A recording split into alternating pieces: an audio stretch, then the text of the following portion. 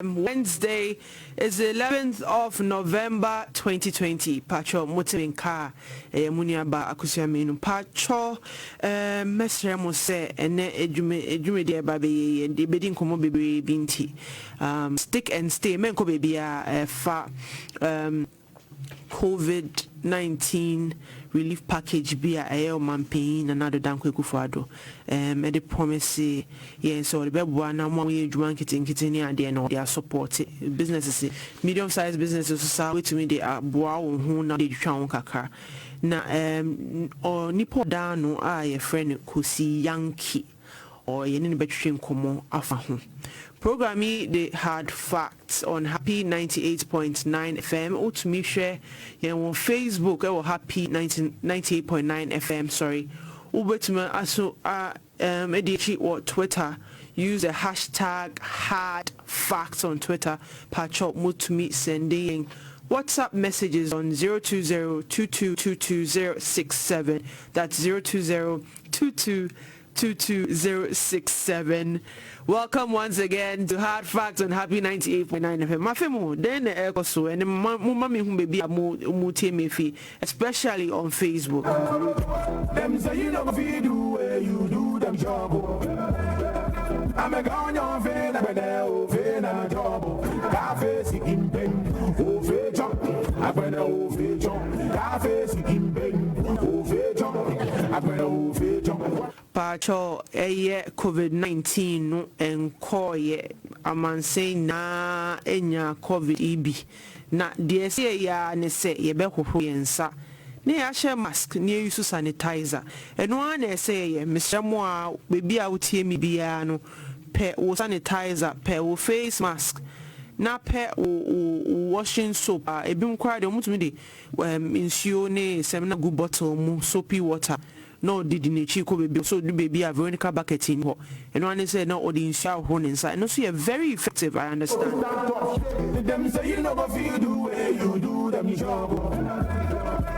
Mr. Mopa Mundi sa instructions, so name boy and home buying. Na send them more keno ebia in a few months time no vaccine be ready but on her na ye no yensan kan intem inti to me the bit me boy and home buy and say ye be ye the aya bit my that is being responsible for ourselves. Kindly use the sanitizers, use the mask, and most important social distancing also very important. Pacho yendi ni na so ya any formula ne da yendi super pet say yeah yet to manage situation emum nipa bi free mu but yeah but empese e betwa so saa nti ye na ye boy ho ba I'm a gone on fade and when over na job cafe sikim beng over job I'm going over job cafe sikim beng over job. You be started with Cozy's Corner if you are you be trending issues in your bear see fat barbecue ho studio if you are Kosi Yankee Mrs. Kosi Yankee aye now with the Ghana Enterprises Agency formerly MBSSI and one yani ni mama sa Dino amuye no I'm say last week ya no ankasabe cheche watching why the name change and it's say no say ejuma na edan wasumu no ebesesa na say de oye na no beto asrai wa boy ejuma pa wo bibia ye de ejuma share and say we have the women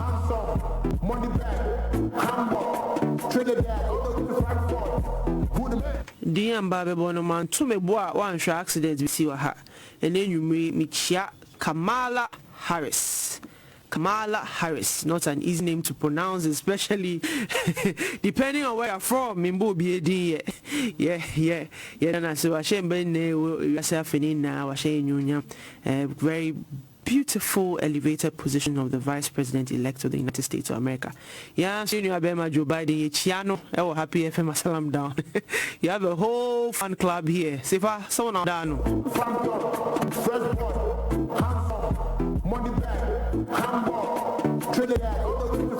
Come on, the over start here, boy. Say to you have to take your time in saying it. Kamala. Yes, one concern, one ambulance, so you be burn before I go hospital. I'm a gone on fade and when I job. Now let's launch right into Cozy Corner. Today's subject is Amidu versus the wise man. Amidu versus the wise man. Yentie voice BCCA. Amidu goes and presents a Japan shares, a Japan investigation. And I thought he was man enough. You go, they say investigate Japan, present a report in Japan. If you've investigated Airbus, present a report on Airbus. But in the Japan report, you know that it's going to be damning of this government. You go and put one paragraph there about Airbus. Nobody asked you about Airbus.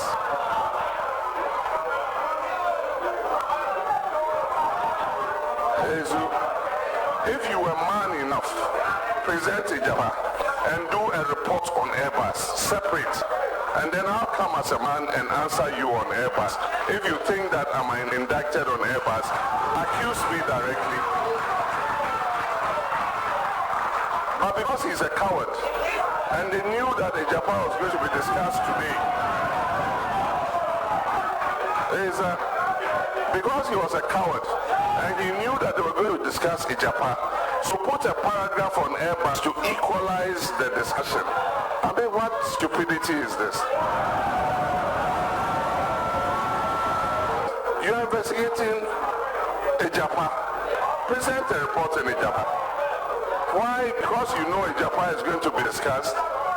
You've indicted the president's cousin as finance minister, and you are afraid that you are presenting only a report on the Japan. So in the Japan report, put some other reports that balance the equation. I thought he was man enough. Come out. The point is, you say I'm the leader of a political party.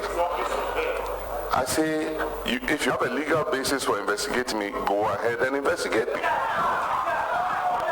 If you have a legal basis for investigating me, go ahead and investigate me. There's been a DPA, a deferred prosecution agreement. You're not party to it. You don't know who are involved in it. They've identified some people in it. You don't have an authenticated agreement from SFO or from whoever is involved in it. And you say, I surmise that government of Shawan is so. Somebody is so. On what legal basis are you proceeding? Yera Martin Amidu Edin Sembi Tuja Noka Oka se eye Oma Painda da John Mahama ne government official one. And here mutie Oma Painda da John Dramani Mahama or reply Martin Amidu say we a bema any frame na me who say me a many government official one na okano na yera Martin Amidu eyina no no tro letter bi a say ye na he Ghana hem say hu letter ni bi na do kan say wo o man pain that John Dramani Mahama say wo si ohun ni asem ohun ti gini a na ne fa lawyer mienu a lawyer for mienu no mun betwitwa wo free mu se ohun eni asemi mu ohun ti gini a eni a lawyer for mienu no hwehwe omo no mun twa wo fi asemi no kanso sanso de kan ho se ye wo nso ena wo nye government official one wo boa wo nua Samuel Mahama enya passport chese wo sign man wo Ghana hanya passport na enu nso ene beyi ano na ehu se enye wa na obi ehu se asema me ka no ene chese enye no kre na we na odi atudwa chese sese no ye hwe se o manpen dada eye John Dramani Mahama ebe di echire akọ akase me ena minie na asema waka no mpese mi ya no mo be kaya asem bi beto wa Ghana ya friend no Airbus scandal chese the biggest international disgrace chese o manpen that John Dramani Mahama enua be my friend Samuel Mahama koye business bi chese koto aeroplane no enu na problem ho na enu so or sign didn't who shame no onya ho faso bi sika over say ebeka millions and millions of dollars, ebi say 50, ebi nso say 40, ebi nso say 30, and say yekeka the boom now still millions of dollars in bribe, as was stated in the report. No more can special prosecutor and say what say investigation ni na say former President John Dramani Mahama ena asem no a foreign no say achichiri no ono government official one na see can in Ghana minim say ye international case bia chese ya man pinya what na so said that say current sema ba ye de na shemu say bribe Happy FM of this magnitude and a minimum and unima or the chairman. I'm always happy and willing to learn.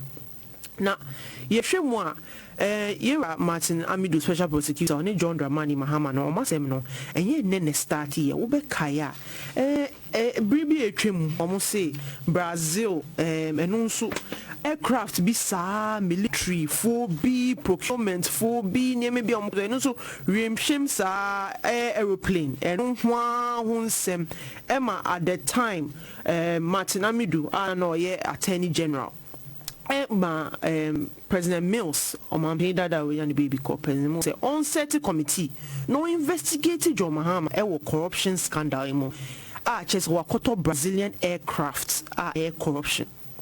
Now Usha and also beyond that no see John Dramani Mahama so court British official be so on movie ban be company be swa not just of the cocoa era kroimu illegally na no be kaya ana so ye investigations bi like billions of dollars in cocoa revenue bi ana chese o se no man no stress no through corruption ye hwe mu ana chese na John Dramani Mahama biom ase ne ho akofe mu biom a ede aseme ba obroni be ka se short changing Ghana na ba Yera Martin Amidu ono kase ono no dear he knows too well the importance of his work. Ni enim ne record na say unim ne character. Ne ne ma waka we si so aka over the years HS. Once odi bibi echino or make sure say he's doing the right thing na or can. Na man she dance say eba John Dramani Mahama ho ni niema oye no ni ye no ase ensesa ye nti say I make I say aka 26 days to the end of to another election on the 7th of December ye kotwa na ye sign akọ ni akoyi mu ni ahwe ni pa ose osan fata se obedi Ghana enimu na ehwe saa nipa na mimbo I leave it to you to make the choice, and the choice is clear. Choice ye obia corruption for no obia corruption onjinemu obia ye international case sebi ni din enka ho na saa nipa no ye frɛ no Nana Adodankwa Ikufuado or number 1 on the ballot paper. It's here for. That's the end of Cozy's Corner. Martin versus the wise man. I'm versus the wise man. Patrol. Yen cock short commercial break here. Babaka ye trending topics. Happy FM.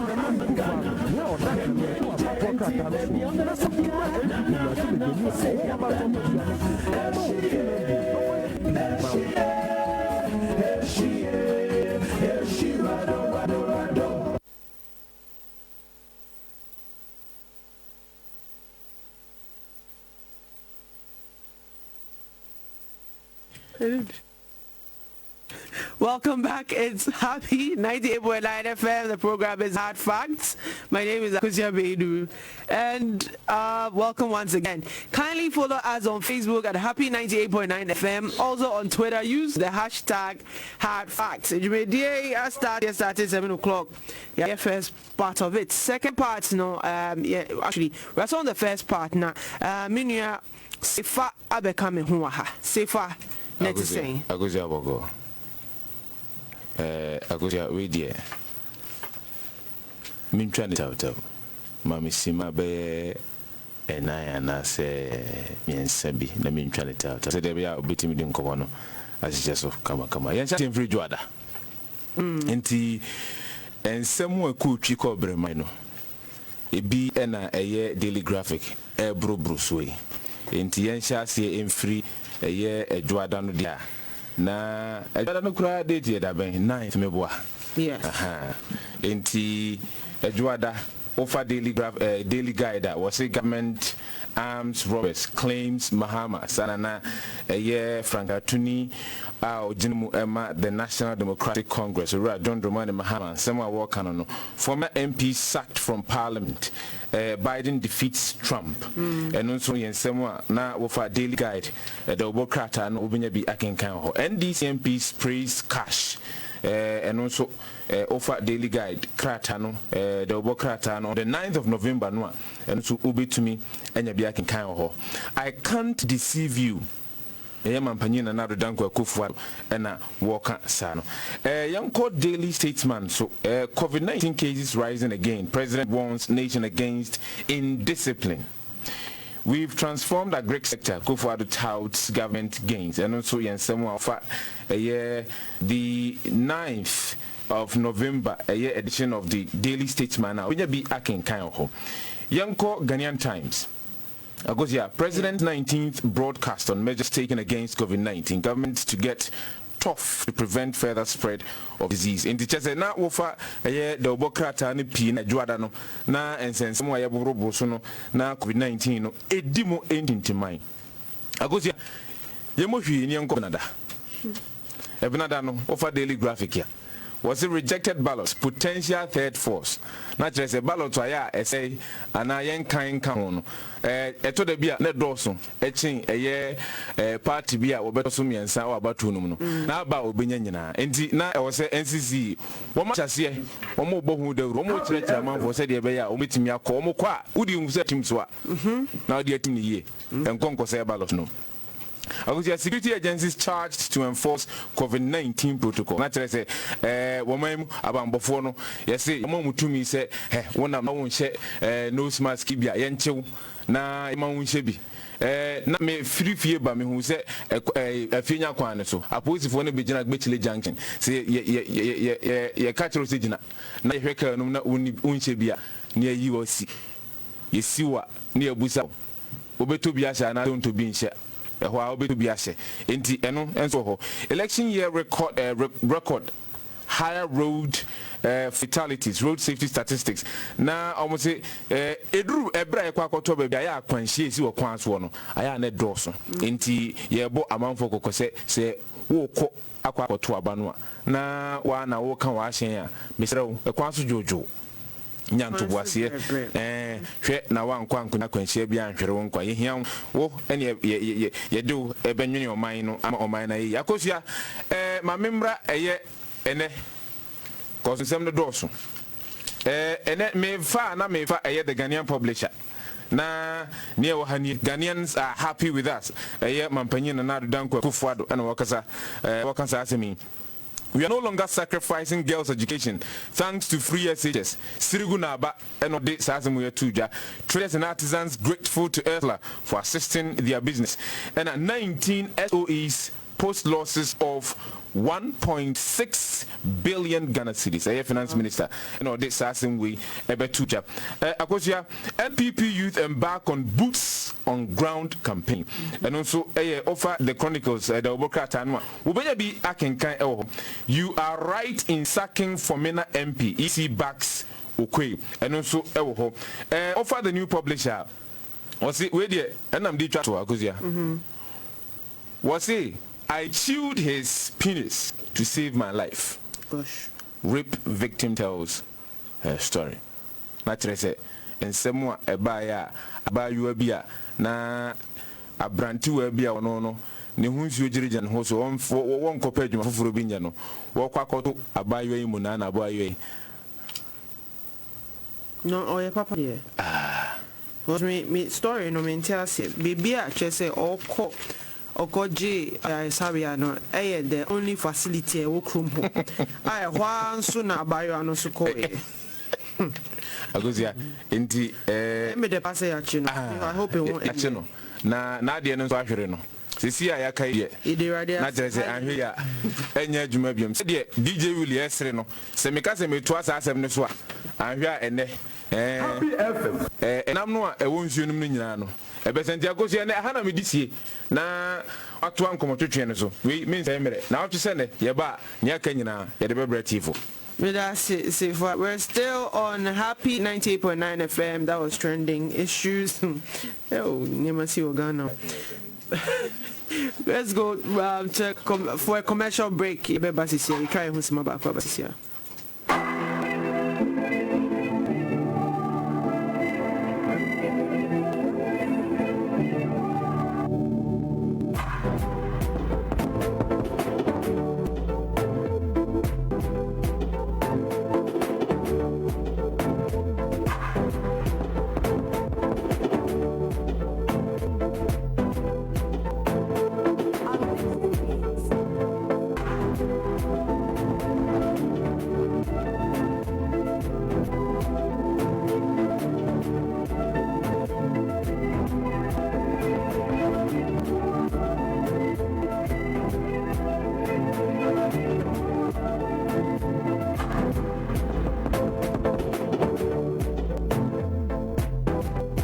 Welcome back. It's Happy 98.9 FM. The program is Hard Facts. You may do Hard Facts. Abayo bi fefe bi Kosi Yankee, Mrs. Kosi Yankee Aye, or Executive Director of Ghana Enterprises Agency. Na your friend MBSSI, National Board for Small Scale Industries. Omanpain na the dankwe for do appointino. And also on Ghana micro, small and medium scale enterprises sector. Na wabo ejuma papa.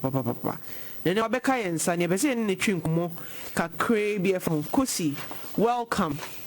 You know to say Patrayo na we mi wa cheka kre bisa no mi hu wa chepa na so nyame adom bibia boko e dey right there say Kosi Patro ma yentia se Ghana Enterprises Agency and uncle most people, I'm sure most people are unaware say Dina Sisa na Dina Sisa no ye pese TSCS National Board for Small Scale Industries say Ghana Enterprises Agency difference any thing the NTSA yo meda senso send wa frey see mbrambe chichemu dintia ye dino asesa na nye dine keke na asesa so obeka ye o mampanyi ba so no na do danko ekufado o se ade ba ko eda na koma so ye private sector ade ba ko nso a eda na koma so se wo se ye find e kwan a ye beboa ama ye mbano mo krom ha nya den djuma no maye na si ebe ye sadie ma aboa ma nipa dodo na nya djuma ma edjuma nso akoso ye na private sector na ekura kro na so mu ye na and there was ye no ma bi ye very obroni be ka drastic ade ba ko ne se was ye hwe institutions na e wo krom ha no Ghana has a institution micro small enterprises near friend the National Board for Small Scale Industries. Na idea ba concern say na National Board for Small Scale Industries na act bebre govern and no na ba ko bin so the Ghana Enterprises Development Commission ni na why govern adwuma na ye na sa wo institutional in krata bebre sa governor a difficult say obey ding who to me I find the direction aye adwuma na wo den oye inti dia ye ne say Omanpanyi in the Ministry of Trade and Industry decided say and the institution National Board for Small Scale Industry now see a kese I will see a kwan bi nso so a ye be ma no adwuma no adoso amu support micro, small and medium enterprises no.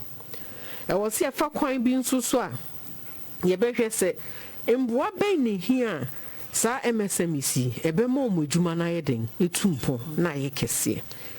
Inti Ghana Enterprises Agency no omu de omuti ebomu e na omu dwen ho no se ye be transform ye be sisa MBSSI ni aye ne Ghana Enterprises Agency na sa agency ye be sonko eno na MSM se wo omani na so obehwe so MSM is no denti omu hia ne se wo hwe kro bia omu na omu kra kro no Ghana ha se omu na omu kra eba GDP a omu na omu kra eba sende omu a omu boa nso makrofo nyi edwuma no omu na omu yeden omu som ya wi enso ba enso ma yehu se si entumi so ma sa MBS sa ya ngi a ebe adwen cause we are siasesa access to finance sika a edwuma fo edi be ye edwuma kra ade a ehadwen inti a wasi ehwe na sa new agency a yes city eno kra be wo fund a be boa ama MSMEs no ayeden etumi ginaye na private sector no omunso wenya bibia be so omumu na se covid ba o eko eye dien yu wi ase ne ko nanim na ye nso ye yedem ye ko yenim sa na etumi nso a compete with the rest of the world enu ntina omampanyin in his wisdom obroni beka ekase yensesa ni emma institution ni sikani nimdie na entumi mboa Ghana fo midase na wachichi mu kama che na mbeze mibisa se na no ya tinsem papi efi MBSSI now Ghana Enterprises Agency na ba ko ye money Mastercard Foundation na Mastercard Foundation no se mucheche mu amone omo collaborate na ma boa na injuma aba Ghana na tituno imbebu no a omunya hwe no mo be bo mo no skills bi no ma start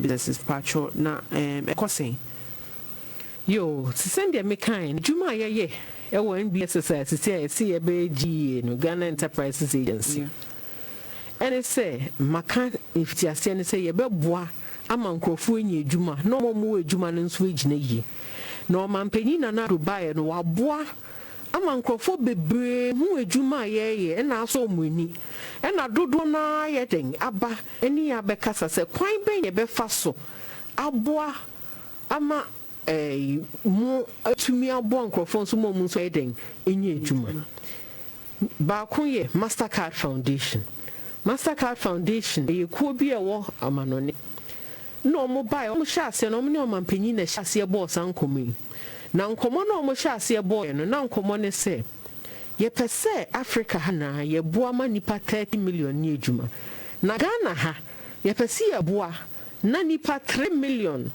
youth ebenye ejuma in the next 10 years Ghana ha nkwan 3 million jobs. Then for the next 2 years no MBSSI no ye partnership ni no a Mastercard for foundation yes ebeye den na ye create 39,000 to 40,000 jobs within 2 years pesi ye hwe kwan a ye betumi afa so ye hwe sa kwan no na e fa so ni etumi ya ni aye den obroni be kan ye scale and mama ejuma no so na mati ni na ye kese na ye tumi movie from 39 to 3 million jobs na ye kan hwasem no ejuma na nye ejuma ketwa enso ye de ni ato form say ye befa so ni aye sa ejuma no nti anu ne ne Mastercard Foundation bo mu a ye ni omu ye san so ni omu bo mu hwe say ya we ya be e wo mu say aban ama MBSSI sika omo man 750 million cedis now so ejuma pa moye say yes ufu edua pa ye den Inti Mastercard Foundation so de 90 million e bata e ka say yenje nyemfa so ejuma mu really ya ye hwe mba ejuma dodo na ye mba ejuma ni youth ya be ya omo so e brand so omo ideas innovative ideas a eboa macroni na ayeden akoni ye ni GI is Germans for being so a partnership and also you hear any who says send you as the assassin. So what should you have now? And Jibby and you get a beko jum and no be beko shop. But don't also yeding, a use phone. Omu use internet, omu use your computer. Into your baby be a friend of digitalization. Chesa yeba boaman crofo. And where whom he has walked school, more school, more moon school. Yenny omo bet nasi. Near her choir, omo juma no move to media to omo phone so on our computers. Sano biti baby or to me kosoa, or to me ato, baby, if you so. Now more access to them markets. Now a no more conform Tom in your man. Are you be na pato me das baby na ye mu be a friend in Akosua loans na before I'm ba hono eba digitization so far no ye o hwehwe in juma mo ya mo de boa sebi I think say mo ankasa mo ye mba bebre enya support from agency no most sign were districts across the country. And also be moon say and also watch as a mod one call for.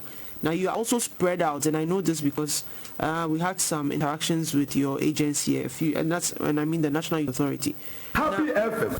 Yeah, me person said digitization our cano has it been a challenge? Ofa ye nyanum ba bema they are far removed from the cities near Adena, especially with connectivity. Matthias has said we made a lot of impact. As a Ministry of Communication has made a lot of inroads, a more extended a network. That no my sister Honorable Esla Ebeka and our Hano Church will say on what day on my extended reach no ama uko baby kwa almost say no network no votes now muka digitization and it all depends on that infrastructure. Would you say you are putting that into, you are factoring that into what you are doing so that nobody is left out, and that's a challenges you are facing? Well, we are say be anywhere we are a dahotin challenge the would be no ma beba be see akwan now so sa no ma na si kwan no e wo se otumi find a kwan a enu so be ye fi kwan ma ejuma na koyi e wo mu se challenges wo so enche se enu nti ye digitize enche se ye nkokye nkrofo se wi ase na sesa na sese utumi use phone to ade na utumi de ton ade wo we say kwan bia ye befa so ama omo betumi aye no ye sa kwan no ye befa sa kwan no so na ye adwuma aye no ye 178 business advisory centers across the nation in 178 districts. A grow they be a district be trying say a pamucho ye pese moba cause woman hu ho fa so inka na nkrofo ntia ase adwuma na aye no na sese o mate ase says our business advisory centers and business resource centers or mampini na do danko ekufa do ban or see I was see tumi our district level no ye tumi di adwuma no kofom to send the worker say honorable s class omode network na kofom sa na yen so adwuma no ye den ye de kofom o de kofom a em services no ye den e ben pa no inti se se ni kra ye 37 business resource centers NBS I only say adwuma no so yen Ministry of Trade and Industry ase inti our resource centers ye friend one stop shop for business development BACC ni BRCs who here support say your registration registrar it's just a one name internet you see crana person de ko ho no mo chow send you be you see dia ye adwuma ye betro so wo person wo register with adwuma ye betro ye be boa FDA say cry ye bibi 400 women and youth aye born with access to registrar your friend say Food and Drugs Authority. Yeah, discount mom any Food and Drugs Authorities are your partners. Yeah, born because you're here who say we are senators. Oh, Juma. Now per se Juma ni yakisi. If I saw your African Continental Free Trade baby. I was say wunya so products now we ne Juma yes we aduanyo we dro we seminar.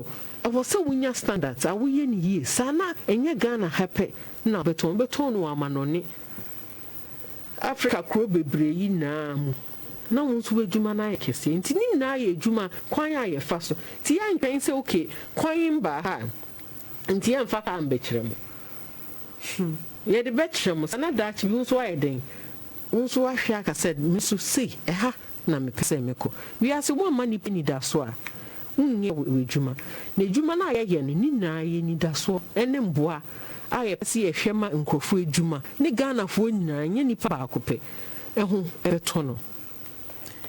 Oh, that's it. Jumede hard facts on Happy 98.9 FM. What's it? Yeah, Mrs. Kosi Yankee, Executive Director, Ghana Enterprises Agency, now your friend, National Board for Small Scale Industries, MBSSI. Now, say no, actually, Manu say, oh, business be now who sena would best start to register our business name on Bebo. Who say no bet me use internet? I would be boa edume with Jumano na amaso na chesa profitable and also much now more 178 district offices and business advisory centers chese ewo Ghana hana well distributed into just hiamboa ko ombeboa pacho unya sure just go on their website. Kosi, has the website name changed? I'm sure it's changed now. No, say no. I think you first rebranding. Inti say no. Since I am out, I am board the rule and chama sign Ghana for no. Yeah. Send your tea na and use for now. Into use it for now. A bakra, you better find the ways. Ama yachre ubiamu biye hu baby obeko. Pacho. Now yeah, MBSSI. Jumedia offer Mastercard ni COVID-19 relief programs no patron kabese wo church mu kakramai say no kofo p offer bibia na ma apply na application name no sikando so sa obia so pebi na offer 2020 afia ahoche bebre aba inti yenim se moye nim kakran nanso me kind of papers mu say over 60% of omo apply no na information omo supply no wrong. It just say what's ho na say oh ma apply me train na menya me mobile money bi ana se menya alert bi a na any problem ho because information na me de call no na enye accurate patcho Happy FM. Ma'am, Uncle Betumi Ache mu Ache yen kakrebi issues surrounding that. Na probably some sort of understanding, especially because Obia nim say just all the application na kono ninsaka. Yo, medasi bebre. So be kai o man penyi match no announce say ya be Obia no bi eni ndaso na semia ba betu ti kwan a ye befa so a ye beboa adwuma for the obroni beka micro small and medium enterprises ama omdwuma gina ye no ye mfa sa kwan no so no omunye ni ye chase ne tena se ne adwen hu ne hu se hu ti se ndia wo kan ne adwuma no ye ntumi ntina kra ha ne enye de bia so bia ye bibia oye den o tena kra onhwe engwe sentimi nua e bi o tumu ana boko ana zembi ejuma no sen no nso ne ho beto no inti ade ba ko ye NCNC e be use technology na technology ni denti ye ne se e be boa ma yetumi ehu omo a scanne ko mo ho e na omo nso a omo ndumi nya sika inti boa ye pa ti ade ba ko ye sha ye ne se ye advertise ye kan ho ase bebre dodo na apply nipa 800,000 plus and apply for seeking. Na sikane nso okaya mampedi kan 600 million and no sign so the 150 million e kan ho. Na we are na de bia the needs no adding outweigh. The empire boba kwa na boy na ne se nyame be ma nyansa ma edwuma no yetumi aye ni ye. Sa na okan Bible krampo a nyame 5 loaves of bread and 2 fish with 5,000 people. Inti ya dwe hu ne se rade nti sa nyansa we na wo so otumi eden. Oboa yen ma nya ne etumi ede hwe Ghana fo so. Cause kakra ya wo no yetumi de boa nipa ankebe ejuma. Inti anu na ye de fa so a ye de ye ejuma. Omo apply your mobile system no. Near 2 loans adom omo bisa nketo to up to 2,000. And no more beside that so from 2001 upwards. Yeah, Akosua. It is a say I can say nipa over 230,000 in Sakasikano. Wow, 230,000 in Pachoine in Sakasikano. Ewa Ghana ha. Ewa Ghana. And nobody a show mu di. Sana yeti, sana biya sibia ubiati. Na sa nipa 230,000. Uko kro biemu Ghana ha. Every region, every district. Ubi ni bibi. E wo mu se nyo bia ne bi na ye sha ase nso ye kan ye se nyo bia na e be ye den e be kan nso die ye betumi aye no ne die ya ho ode me ye be ye e na nso ye be san so akɔhwehwɛ sika bi ma ye den abeka ho sa na obia ho aye den nia inti anu nti na Akosua loans nso Mastercard for ye san ko bo mo eni omo kasa ye omai bi ye wo foforo bi kra ye san so aye den ye de beba. Wow. Just say in your perceive, you also abba. Nyame adumti, and also wo. Inti the America check for so munya ye ho abotre.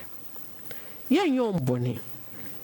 Mampini aka se opeso booma, na chesam power beden. Obedi so.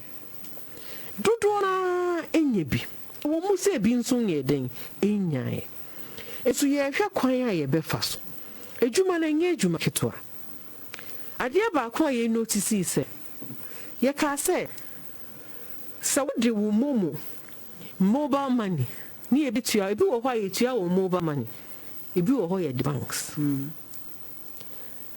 dudu na eju point bi ye tua nipa 200,000 enso na emu be 30,000 omo the wrong momo numbers na yeden aba o pushi through mobile money na yeden asayaba because wako you see ni yiridin ni kunudin ni nuabidin inti se me bana me hwe se wudin ni nuadin enkwa na me dimawa daachi bi baba ka se mpacho mensankan sika no nipa kro no minim daachi bi na fon so ka se menye account na din ne machi amana mo be den obebo mi dewro kroma we na yensem eju points bi yekọ kasi ye tua egu account no man account no pay 60% in bank account or credit union and I'm sorry susu ana bi microfinance ya tumu wo baby into the sika ne kwa na yeren asiaba into just wait you obi ka wo ho ni sika no me patcho nipa kro no credit union any gifts so intimi ntumi nyeden entua nti afei na woso ka se ombetua okacha nkrofon so ombetua dodo na nso ntia se na sa me wo account wa ha ana me wo susu group mu eno nso na yeden aye tokwa ebibu wo ho a omo ye input ebia na op 30,000 no the 30 cedis ayeden ashim obe frɛ no o the 30 ashim no no wo ko senye sada mi di shim so ade nso di ahen 30 na ye di o di shim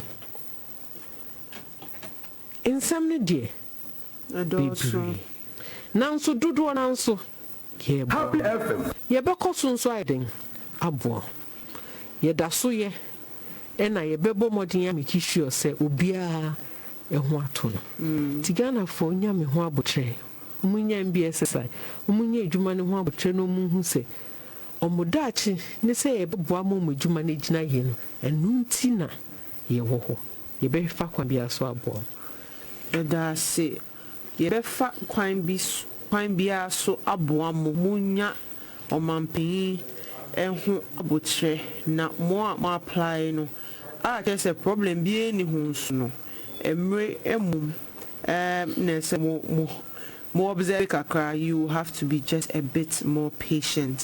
What church mu come train. Not one of the questions I just got, I'm just reading the messages quickly. Still on Happy 98.9 FM. Kwabena Ejri. Sorry, Ejisu said John, or say Mrs. Kosi. God bless you for the good work you are doing at the Ghana Enterprise Agency. Sam said, do you know they were starting you? In Shraba Nelka, one good time deserves another for Nana Adodankwa Ekufuado and the MPP government. Prince Darlington or say competent ladies yedawase. IK Bonnie or say I'm watching live from my bedroom in Adenta. Kwame, where are you watching from? IK Bonnie, I think some say the birthday was yesterday. A belated happy birthday to you, Akin Yamin Shrao. Yakubu A. Rahman, Madam, you are making us proud. I believe, Kosi, that's for you. Kweku Opare Ando, or say we're receiving a letter past 3 weeks, but bank no friend yet here, or say advice be a while the bemana. Advice I made the bemana say, on-call a BAC no. Business Advice Center, no head office hono. No more share a manu, no amount to mean pushy, na banks no, including them. Okay, Kweko Pariando, what's here, or say, won't call the Business Advisory Center, BAC hono, call na fakwacho mo, no moon so mo. Now Momboa pushing na banks no and yet there's some way.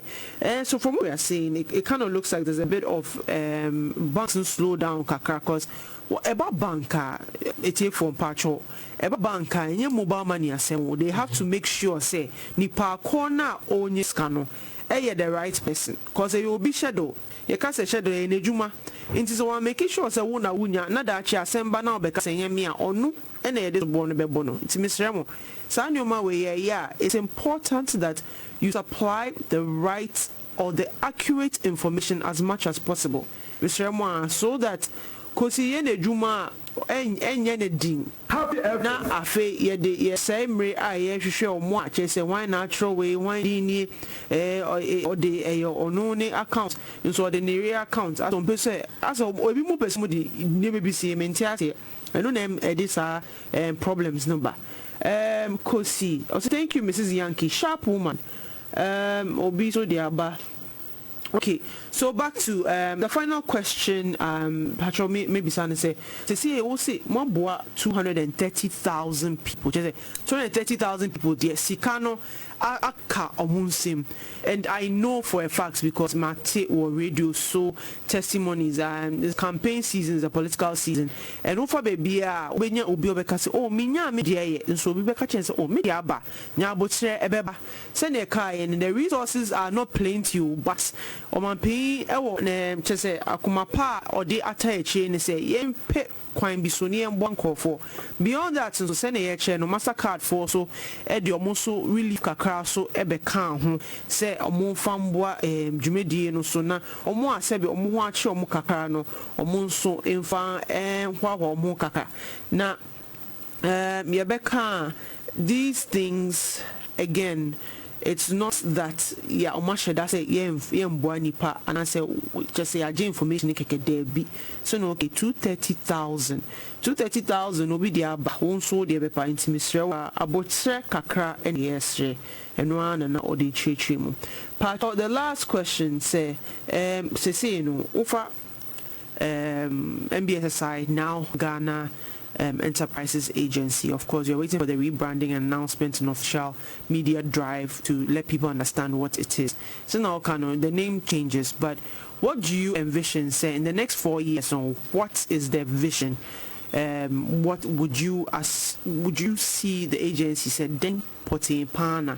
What's the next level for them? Meaning, say, oba MBSSI and I said. Sika na wa account hono and do 15,000 Ghana cedis semi kaya mitie wa nation building updates na just it was less than 20,000 Ghana cedis and now beto hono I just say it was a rundown agency I just hwi ni ho koto bibie ni ho and na ubaye and na oman paying so hwe say there be ye de edwuma pa fa ho a ebeboa ni pa bebre tipacho. What is the vision for the agency?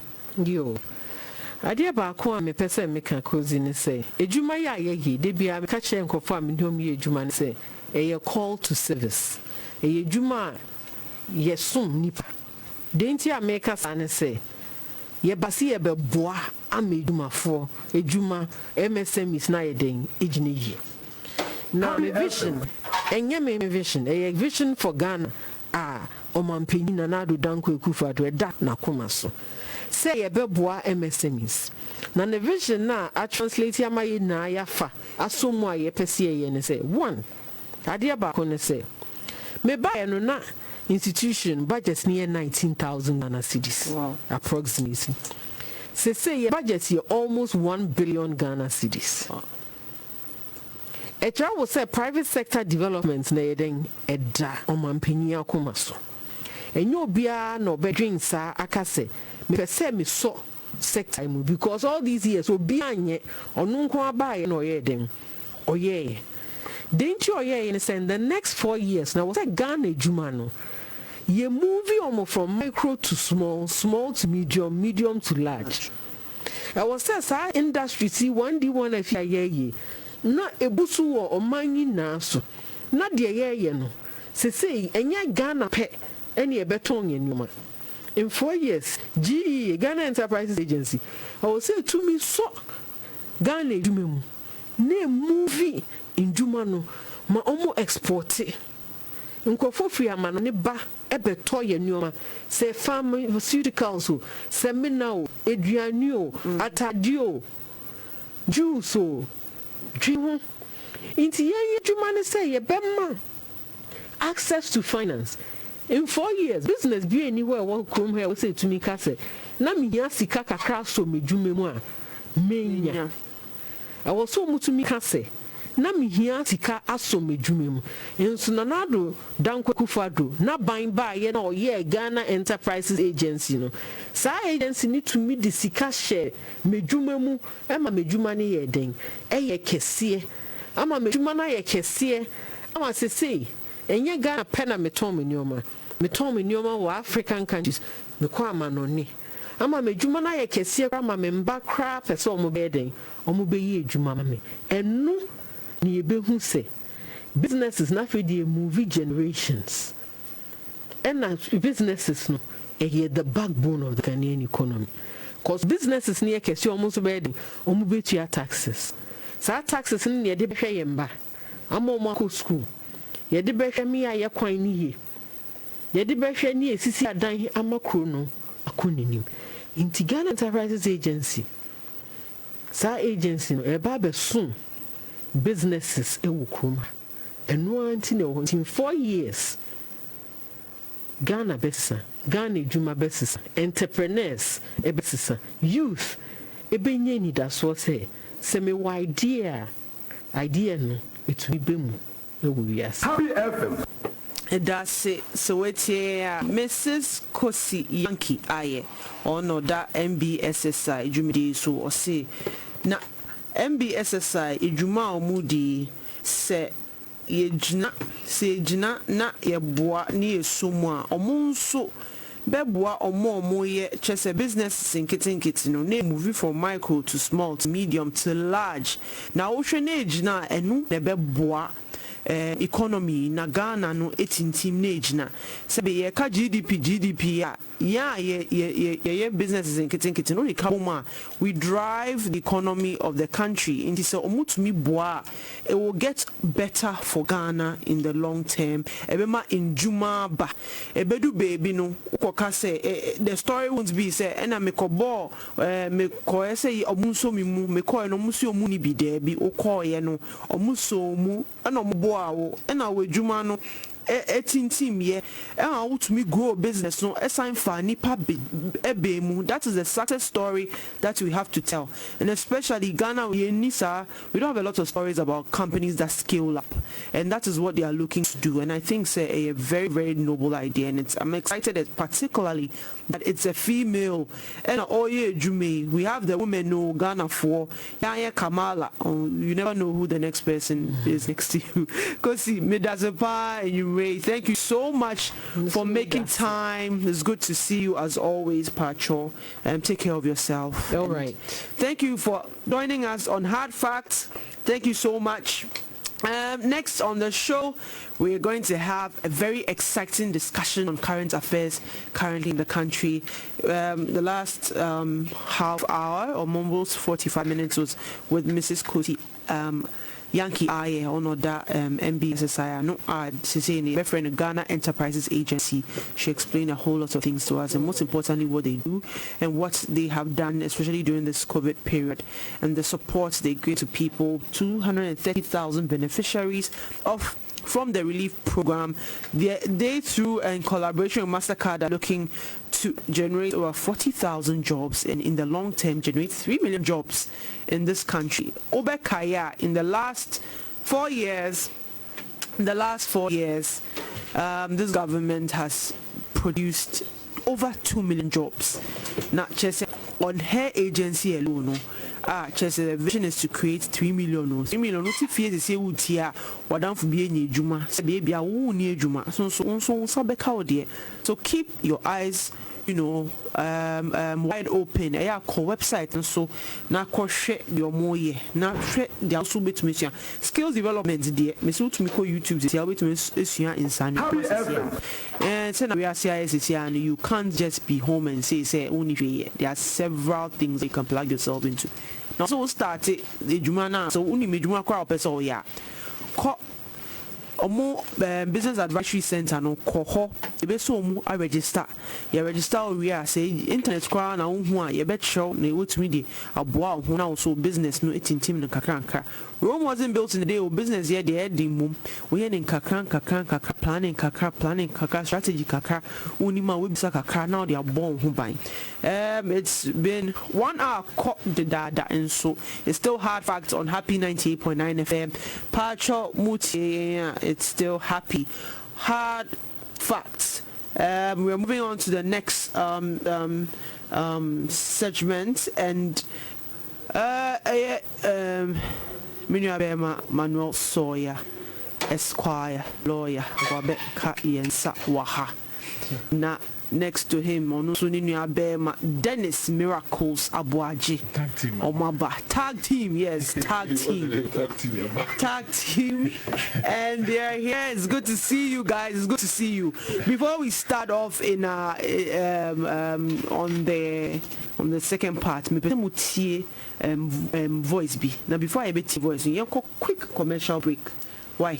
1 minute be quickly. Hey, I'm the one mas Okozinzi. Better send me a day. What did you be? It's what Kabum was I you. On your bitters and bitters, walk a bitters, or your officer bitters. What cow salutes? See, on the mind with the yes, I'm bitters for papa. No, I'm a hangover, so I am paying for one, sir. Into the moment, yes, I'm paying, sir. What's now? No one sank officer bitters. Officer be a guy. One time be on your field watching. On your map, him for so. No, Semu. Hi, one away a baby and bitters. One of the officer bitters, Saba. Force Enterprise 0261 208 544 and 0502 315 896. The Mankatu FDA Fahishem Mawajatu. To the beer, a quine nantie, and the quine, it's me you pa.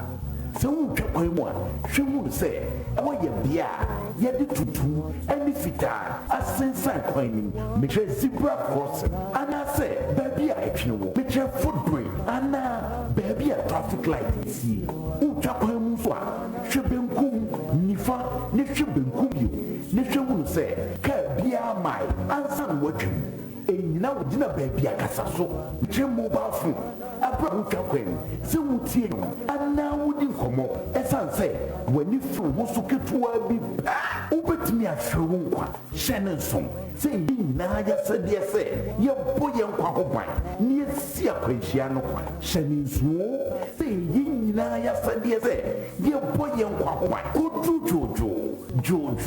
Jojo, arrive alive. Sankatui, National Road Safety Authority in the April.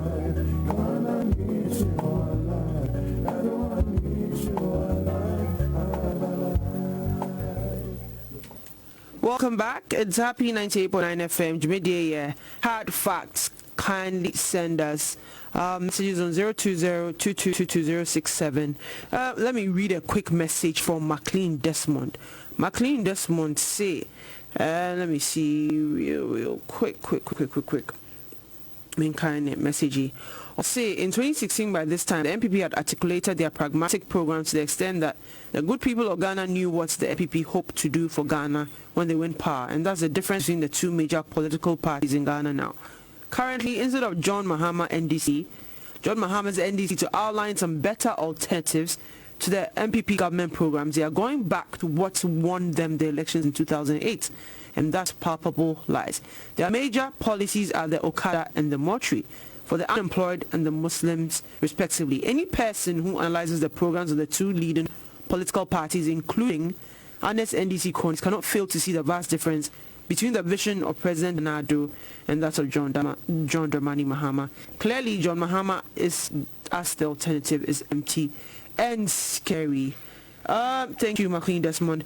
And before we get into, and welcome, gentlemen, Pacho, Madam say, when you're studio, it's good to see you. Boots on the ground. Then it's not mean the boots on ground or now. And I was at the end. There's something started 3 days ago. On the move. It's the NDC for no say. Yeah, you almost are on the intro. I'm the intro. That damn Crawford, sir. You have done it before. Oh yes, they ran 2008. You won the elections on the back of lies and propaganda. Never again. Never again. Okay, so let's see. I just want to play. We're going to have a conversation. This had to do.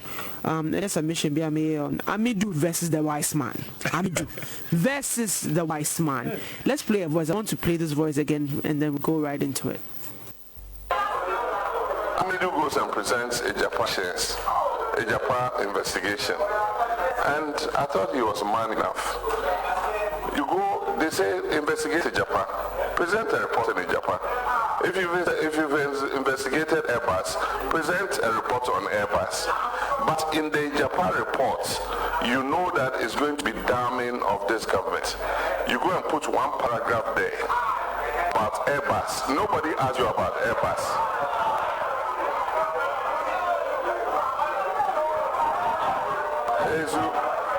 If you were man enough, present to Japan and do a report on Airbus, separate. And then I'll come as a man and answer you on Airbus.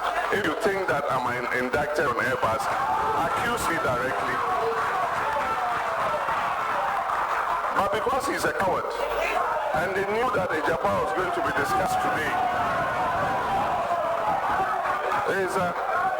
because he was a coward, and he knew that they were going to discuss in Japan, so put a paragraph on Airbus to equalize the discussion. I mean, what stupidity is this? You're investigating a Japan. Present a report in a Japan. Why? Because you know Japan is going to be discussed. You've indicted the president's cousin as finance minister. And you are afraid that you are presenting only a report on the Japan. So in the Japan report, put some other reports that balance the equation. I thought he was man enough. Come out. The point is, you say I'm the leader of a political party. I say, if you're investigating me, go ahead and investigate me. There's been a DPA, a Deferred Protection Agreement. You are not a party to it. You don't know who are involved in it. They've identified some people in it. You don't have an authenticated agreement from SFO or from whoever is involved in it. And you say, I surmise that government of Shawan is so. Somebody is so. On what legal basis are you proceeding? Well. Voice IT send the attempt say no stupidity and mom dear. I'm not brave. I can't use stupidity and the special prosecutor in the same sentence. Mean to me. I don't have the there's a word I want to use. I'm in a tree, one try not too raw. Anyway, so Manuel. Yes, madam. Pato, what voice he and voice sort of became a catalyst to a response. Special prosecutor atro. Now, Oshe responses about a lot of people are asking, say, and you be a government official one, send a HA dear. And I want pay dada, and you on na or you who say, Ampanyampa on just say, only mubia. But Sena okay no from his response no ama yaye divide kakre bi se chese na onko ye man nko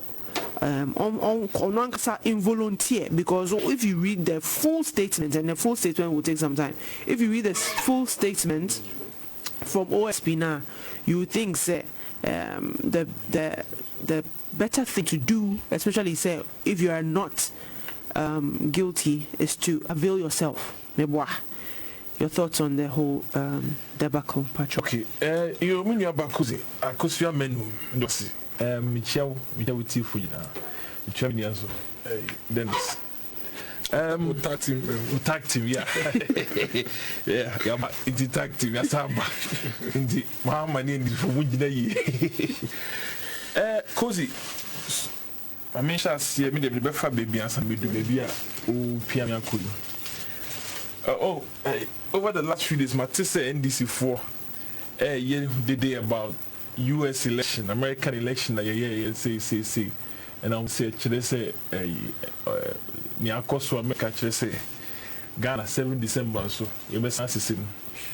Now, Obi in the campaign of America, Edim Kunimwa. Now, only message what did the say, because Obi, I need it. I come for campaign Akosua bibia kama omodi kunima wo more this time 2020 NDC is running the most lackluster, most boring campaign obia arani. No message, nothing. Message I say me babe correcting mistakes and no ne emu promises kesia emada inti me it's just a sign of desperation. Say obia ye ni campaign fe wo dia etu nsium na o se the no nti so be dikunim nti no de omofa nto nchen Akosua semba ko mpese Ghana for ekai de bia ene se abatwo esunsuaso elections have consequences. Yes. Inti se edu abatwo mre na se wo koye wadwen be bia wo de ukokromuti besia kai se na ukokromuti a wo de si so no enye ade keke na o ye ne trasa na ewo nsusuanso enka wa ebeka wonua bi anka wonua ebeka wo baby inti 2020 ye kikako 7 December no Ghana fo nan kai say aba ye betui ye beso ho aba over the next 4 years say bekoye senkoye ejina decision ayi beteki no so abato no because abato won so enye ne asem we say no last week me catch us say dem me call Bible school itim dia me bia me the Bible tire no me beba me no abato tire no kire wo say abato won so uko Proverbs 29 or say when the righteous are in authority the people rejoice, but when the wicked rule the people mourn. Or say nipa papa ewa bemu a me menti ase no nipa papa ewa bemu a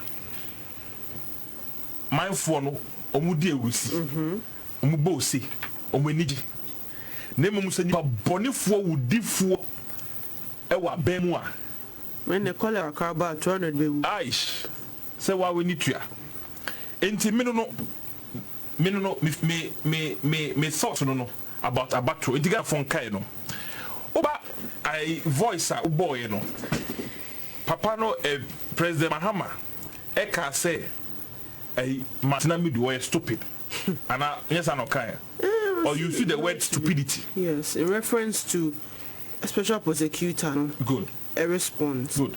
Na unim me tigana ha me nyini se obia wo Ghana ha where the Mahama use no be one say be one say Mahama use the word stupidity and e bia won Ghana e bia wo mass no na me one e mon pain that and you say na won Ghana but me so me no one e Ghana in dem one say wo say e one me no so obaye na say one media temo a eno mom na be one because what chire oh sir me Mr. NDC for the nam say oh he's a fine gentleman and he say me nyi wo chinie ni mom also mo kai say we no asem so e na nam e de boa obem nipa kono say o de bia oba na wasese wanwe ne 32 nyina na enu chi say nice man and wait e ne num nsem e na ye de be say nipa papa and I say onyi nipa papa Mahama President Mahama His Excellency we diatem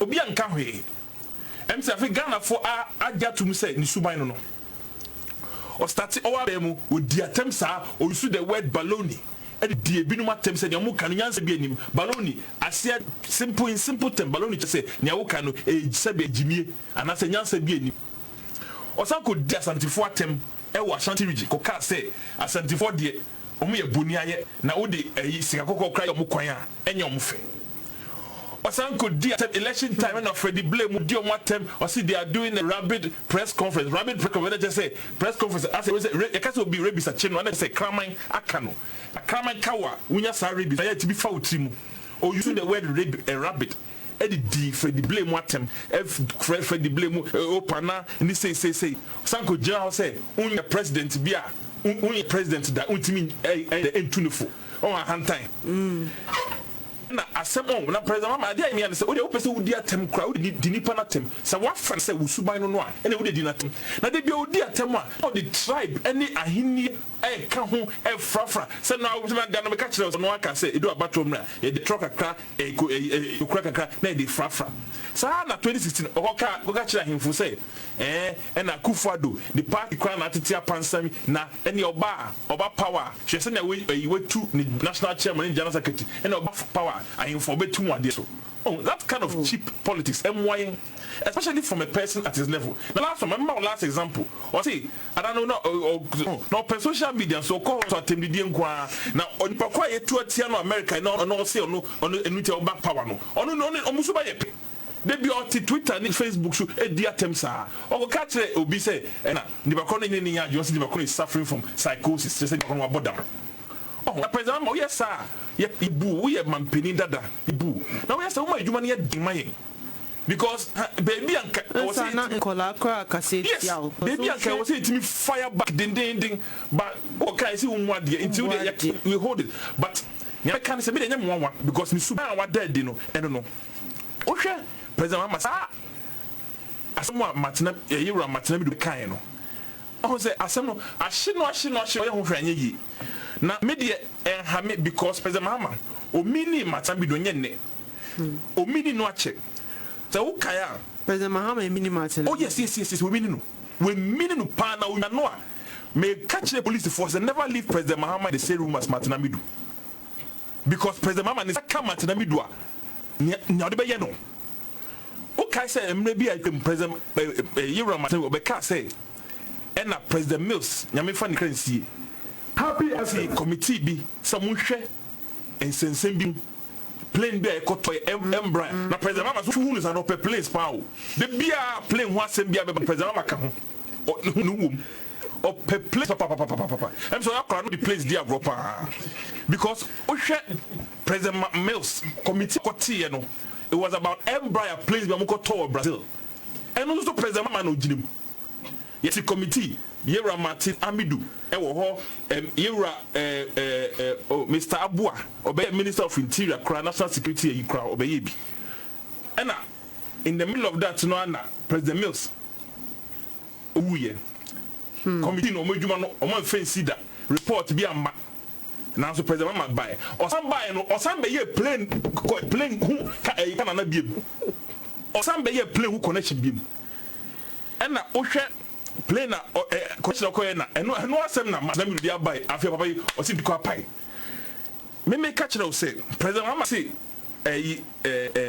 Martin Amidu onye bema na onye bema onfa debe onfa dan se bi mra na ono so be yi no as a man at a certain level and can make akola to say me ko kasa obetimi eti e dia yasresem na say obi a wedi president da na o to sa challenge say obi ye bema I say obi ka say we ye bema hia mo kona na nya ho adwuma sa na o ye it's na me catch say never leave President Mahama in the same room with Martin Amidu because na be no enye papa we say we ye bema adan President Martin Amidu odi report aba who response sa na em one because anopa no metie President Mama was FM and o can find so oni Martin Amidu enya adwen say it means okay the sa na ete dia ono aso e obema the lawyers atro e the ono any version of events aba afi that was anopa no afi enyumre okokasa asa okokani say stupidity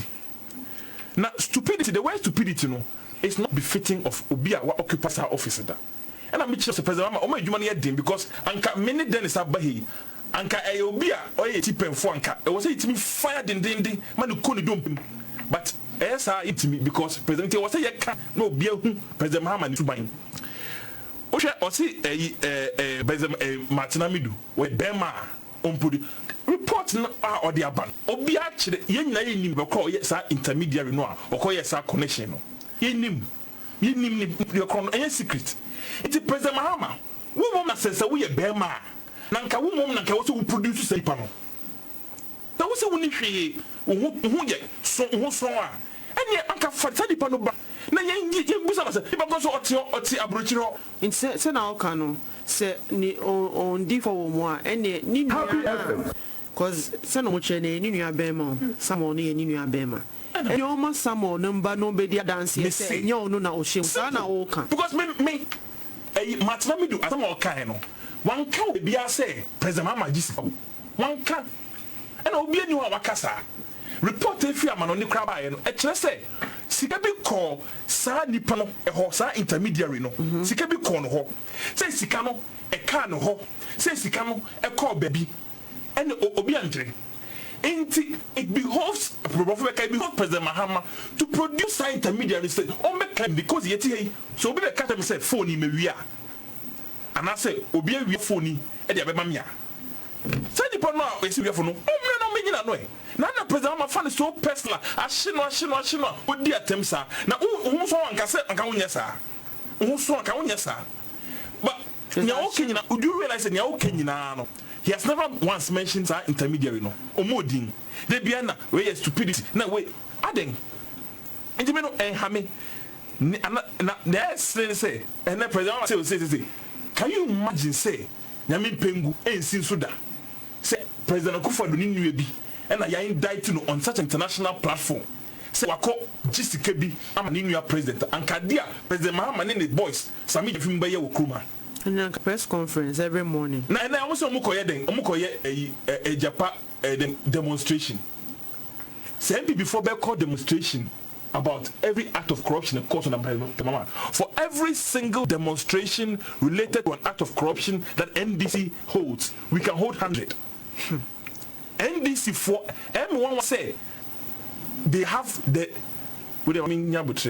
say M1 say they choose to discuss the issue of corruption.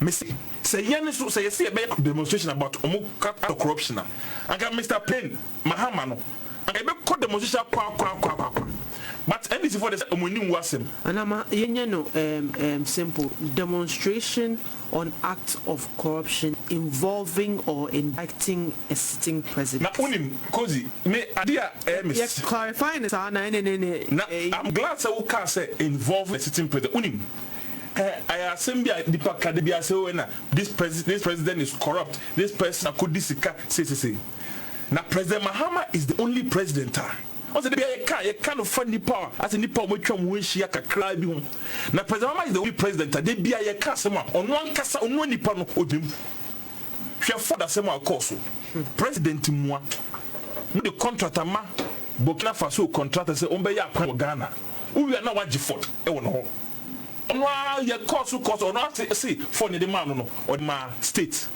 Now, is it the practice? Happy effort. Is it the practice? Nanka, omoya mom konda so munko si buidam. Na mama chain.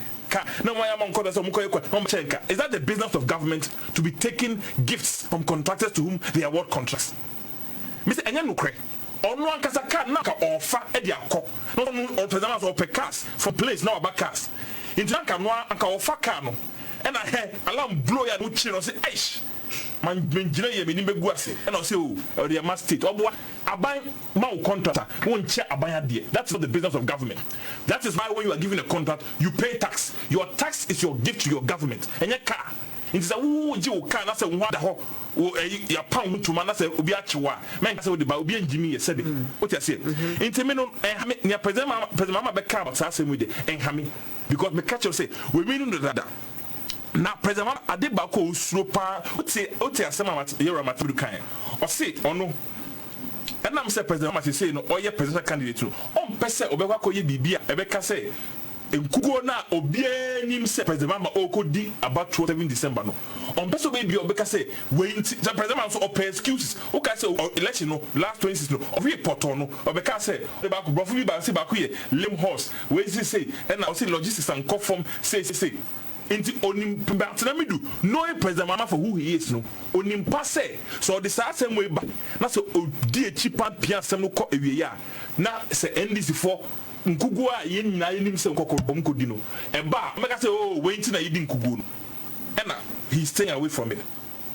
It's president mama osro 8th and 9th of December 2020 osro because onim say after Mami Jean Mensa declares Nana Akufo-Addo the winner of the 2020 election no he's fair game for Batinamidu into president mama onyayanka 7 December if he 7th he be 10th when him say do 8 9 per day can watch no into me no president mama now you now di Batinamidu atem emwa no and I was so glad me kind hear Batinamidu statement by a response president mama I was so glad say when the president mama atem he start to issues and to facts what I say because now obianim government official one obianim the background intermediary one no obianim into president Mahama ongina ye whether he goes up or comes down whether he dances the whatever 9th December going after Akufo-Addo declared the winner Airbus is coming for him into ongina ye when you are on trust with the Akosua Dennis the Manu so what can it telling na boom Akosua Akosua akwa ba Dennis just me bia obi aboko pacho me hu you na wonso nyame adom say kai echina MPP rank and file volunteers, polling station executives, constituency executives, regional executives. Echina a boots on the ground. You cover the entire country. Now you cover every corner, every home, every household. Now yaka na nado da Akufo-Addo and Sempano achobo. Yeda ye national organizer, any youth organizer, women organizer, any national coordinator. Any party paying for chairman, general secretary, for more leadership. Any quite more fast one or more mobilize na yedi running campaign. Only say campaign no ejina and 9 enumsu president ekura efa vice nso kura kakra first lady ekura kakra second lady ekura kakra and a party nankasa structure no I don't know made up of the party executives and volunteers any keke ka hono so ekura efa Echina no a day for the faith leg of the campaign no, to take over the whole country. Now, you would GDA say MPP under another Akufo-Addo abon homodin SNDC in all sense. I tell you, I almost you and now the monk there, yeah, no, ye kadi aye, but abana ye kwakotono. A penny for me no be, and a kwakot from my ato our momo. Nana Adodanko Akufo-Addo ene amampeni dada John Mahama yen to me kasa yen compare omumi no at any rate the ebeke bia no ese compare omo because NDC for one person comparisons no immediately you take on the NDC on issues pe no match as so many omo dwane immediately okay 2008 baby a omampeni kufo any MPP ebe fa on my way 3 year. You could do 2008 no. Na Ghana edu a Pensubia. Yeah, any somebody of the countries are omo come when you are there. Ekwa pray. Some no. And I know man penny for ma Ghana for nyina to be enya no maybe an kenkan omu to me there. Omunya. E and man penny for na Ghana ha. Ye de capitation, ye di can say the basic school.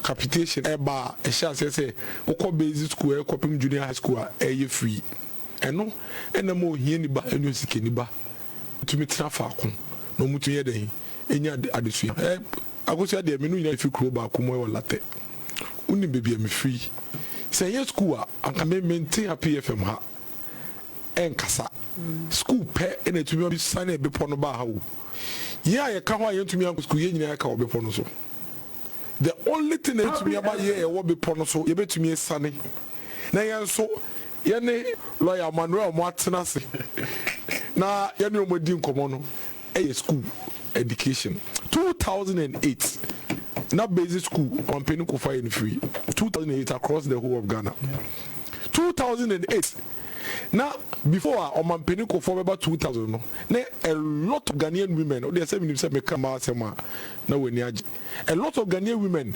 ekwa was one no mo hwe omkwa e wo my woman they friend before say high maternal mortality she say a man be break kwa was so omkwa ko wo a no mo hwe omkwa woni bi dia obi wo ho a awon kana obe wo fie wan wo fie a or the commercial traditional friends say midwives CB na omo agina awo ebi wo ho so a cook medical doctors be because that time no answer na obetumi awo e wo hospital no sika wo hia no e sika ketwa eno no mampen ku fohwe ya no ko abruchi mem no ko negotiations a no sika bae no the free maternal health care bae na unemployment akosro under the NDC or mampen ku for introduce national youth employment drastically no or share say absorb a lot of the young people are omuni ejuma ye Ghana ha or mampeni kufo introduce free school feeding send a beya na here for no Akosua esa ni sika omuni nkola ntina school dey mu okọ ekwapem na otai we kro ye friend yesu so na school bi ho what happened some few years ago they say KG1 and KG2 for no big time. Just a 190 akufie akodidi as oba. Now no if you school him eko fie no about 4-5 kilometers o. Or nanti akọ make KG1 no mean say KG1 for no we say o city a KG1 KG2. Now I remember one interesting site. Na your campaign I think that was around the 2000 thereabout. Na kola ba ko fi classroom mo ku fie akodidi. Or KG2 also. Now on nam kwan so ne kum to ada. E wo footpath na odi ku fie no wada. E wo footpath no na e koto so. Sound kola we nti no mampeni ko for this school fee. E bae. Fast forward 2008. NDC for epitome. This is what they did. Omo say kache Ghana for say no man no mampeni ku fo aye no kwa no. Sikana na nke so de na sikana do so sense anti di sika bebre wie sika enti irrespective of no more dia ba magana for ho atom omo to abanti omo no for man ye dey enhwe omo nsa. That was the period omo ko print say fake bank account a trotro normal so na we account ni we are to gold na mampeni for gold the Bank of Ghana was sebia kosie so many things. In fact omo control uko villages near there. Na the eti amekofa yen free baby e dia baby media ko free abedu sambe ne say ya hwe year 2016 way. That is exactly what the NDC want to do to Ghanaians. That's over kaya 2008 Ghana for e dey to nation monsa results e nya ene say Akosua de dikan niam mampeni for the buy ni nyina ansa na ye bedu 2016 no magu no good national youth employment and I mean no can say penny for so I'm turning into Jida in penny for the go if you say free maternal care no yamutu national health insurance no answer number 2016 na enye dwuma biem. In fact, in Numa Kakra na training when you say first no me wie okwapman school and me ma pass you Akosua me come result show e be won say my bisa na ma pass na me dem result akofi unum dia me grandfather kai also I say we the PTC we kwai on mejo PTC President Training College me say na PTC there na me say me na me say me you me dem say me say me lawyer or say unim say teacher training we ya obenye adwuma ye eno so wo ma ukọ pension na waje pension bi eno so wo ma unko pay ma ye mpamo. These are the three things that my grandfather catch me. Enti ye nyina ye say teacher adwuma de ukọ training college we pa obenye adwuma ye under NDC aban 2016 after the time I go 2016 now there is no guarantee say we training college obenye adwuma ye. In fact ye ba mu 2017 2018 no there was backlog of so many years omo wie school no mutumi ye and form next for eka ho adeba kwa my grandfather catch me that time no say training college so no kwa on be more allowance Enti ono ehun nya so ko pesca no dey dey or dey hell. In 2016 after the time I ba be mu 2017 no na man peni jo mama ne NDC o magumu etwa ye friend say allowance nim na omo ba no omo introduce ni am be say last week be ba me kai better Ghana management services omo aye omo ankasa omo initiatives omo de ba yes deck let's depend the cake kan nyina I was let's depend. Do you know what it was? Omo ko this country World Bank almost about $80 million thereabouts. Almost omo set up young entrepreneurs and the omo ye say almost say omo ka omo party for ni buma na omo akoto barbering clippers no yes mo person mo barbers no mo baba bia they were spending in those times so in excess of about 50,000 in setting up a barber. I know no clippers ne no maka krebi na ekam de dey omo de mo so let's the pro mo koje no eguye so let's the yes deck no ehun sika ni bi ekodi RG for no any other friend say entity say wo man mu akodi nkrofo to say yes the penegu let's the pegu better Ghana management services no eguye youth in porthole passion eguye omo initiatives omo de ye dey omo de buy yo omo initiatives omo de buy youth in porthole passion and so ye dey eguye see omo track record of destroying the nation and taking Ghana back. That is the track record of the NDC. Now, embre bi on be MPP. Ede Ghana man esi mpempe so ebe ko enimpe. No be so mo say be for man no dey. Ede ko nechi. Eye ka che Ghana fo nyina ne say. Yes wrong. Aka 26 days and 27. 27 or say 26 days. 26 days. Yes wrong. Omo hwe e ama ankwa akoye mistakes na ye 2008 ni biem. Because as at the time no omo efi abem 2016 no Akosua de omo digya ye no eye emrante ne mbaba omo wie training college nursing training college omo to me bo adwuma mu eye graduate omo wie school omo ni enwuma ye eye industries a esa ne dum so nti omo ntumi nya sika empower omo plants ema industries ni gu ye as a result na esa omo pamo enwuma ye for omo ne omo ye den omo ye adwuma no sa system and as a environment no and na omampeni jo mahama oni endi so me den omu jamaye e bia na e refi e to de bia say kaka ye ho say there has never been a bigger crisis in this country than the Dumso under John Mahama. There has never been any. Yekra and MPP and Bresokra yenya global crisis, pandemic, COVID ne kra omampeni amanage ye free.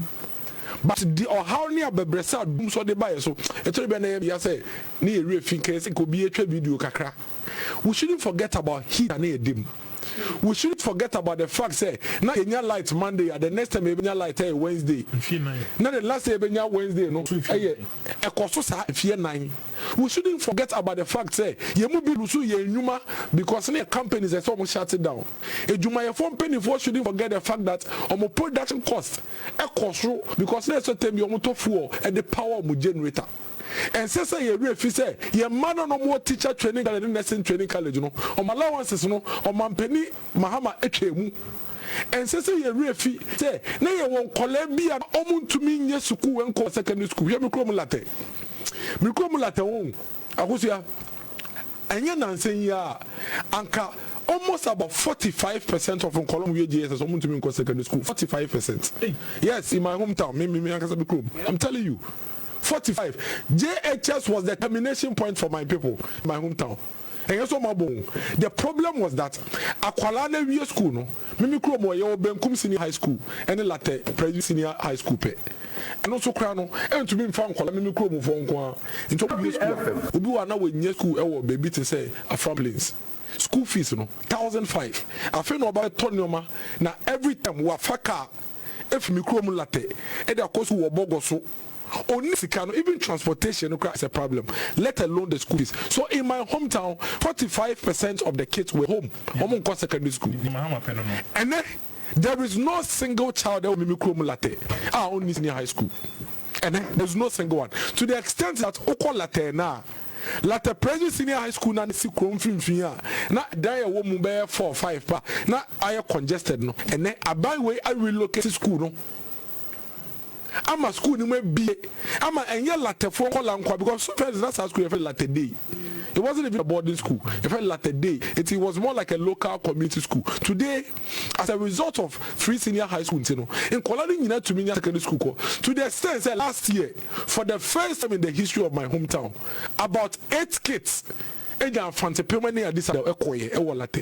telling you. I am telling you. They made me actual results of Kola, minimum money on parents say you're free senior high school, and there is no way anybody in their families could ever have access to secondary school. Today, some college to go school in thankfully, say some two about one pin and I don't go forward. They don't have to hustle about university because they hear tobacco trying to Ghana card. We trying to Ghana card now. Or man penny say just with the Ghana card, we bet me access this car, maybe 2 school fees a month a day. No what could be. The difference between MPP and NDC is NSA. Met me a bobo normal MPP buying over the period a year and they affect you bia MPP at the policies are every single Ghanaian in your benefit also. NDC they don't have any. And I am telling you today, add it to your list of hard facts. The NDC cannot mention a single social intervention program in this country. Akosua, do you know what social intervention programs do? Social intervention programs ensure say every Ghanaian at the minimum enya or minus one for so kakra. That is what social intervention. Because resources in area. Gold sikani in area. Oil sikani in area. And you know, adentina, what they oil sikana bisi hospital ewo Accra. Mimi kro mate. Abejede for baby 3 years na yenya ni poba kokran Accra hospital ni mu ye. Eso yenyina sika. Enti ekwame ne ebe fa so a mimi kro mu ni na ono so ti abejede no. Ono so man ni sika no obetumi bi social intervention. Yeah, they can create your hospital bill amount. So they went to me about University of Ghana Medical Center, at least who to me is Sky day. We see can call hospital, who they show bottom. Me maka, me jaika, me say, Usi kotuka, Uti terminal 3, Usi man crying for Nisika fool. When see a mammy chrome for, inside the Munjaika. No, because Happy FM, Ufa Range Hospital. Say, is a fell from Tamale Central, no, it's a catcher say. Miyari na Mihia Hospital and Obeka isa STC on for Africa will passion cry a penintem zone to me. It is a STC na bra hospital near region because and on a year ultra more than a yemuno. Yeah, Casas is saying we are going to build over 88 district hospitals. And that's 111 actually, and it supports what you are saying. Say, and yes, you be big a crabby now, bois, ni pebi. No, so say a fake, then one say Christmas lights. Akosua who no bones. Akosua for terminal 3 and found. I am telling you, terminal 3 and found. And I terminal 3 obalata. You latte the whole year. You mudu do send you for terminal 3.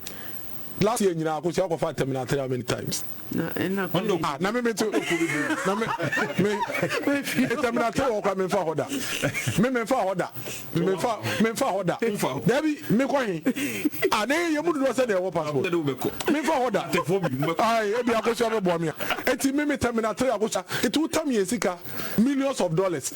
Now the terminal 3 na say me feel like na be say enti your mind na obu ye no. In fa so be na menya so si we terminal 3 you who dim them because then what you be benefiting, but you see senior high school ni there yina Ghana ni bia enya so fa so why we need background when you so fa because me tie me were cousins and nephews ni nieces be 25 say yeah you can pay the emutre obi a ebusuani anka ye bia school a obi a be frɛ Obia Befro, so one Friday school fees cover Friday provision.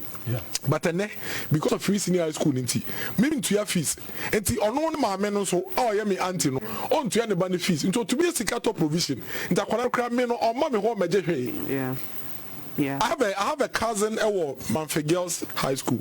Me uncle Bakuba. Me I've never spent a dime on her because on your fees. It's me so me uncle no sika na uncle debate your fees no or the mark or provisions. Into on mommy home every home I benefited from free senior high school. Okay, I must say every home I benefited from national health insurance. And this is from backup policy back. They don't have just one policy. NDC cannot mention one single social intervention policy they have introduced in this country, not one. Only BB. And I think this is important that I bring this up. Ushe Martin Amidu nipa oye any nibdia owo Obeka say oye party member say former President Mills Craft fan say ne running mates Obeka ya now or sign survey in the same cabinet as John Mahama. Into only candidate John Mahama no they were in the same cabinet. Is he and yet to say a you be a onim no. O sign fanos, o sign the friend saying you can't record of the character. In fact, do MPP for Dudua na Rebecca say bia Martin will not be their favorite pointee. Generally, and of course, and when you look at the politics now,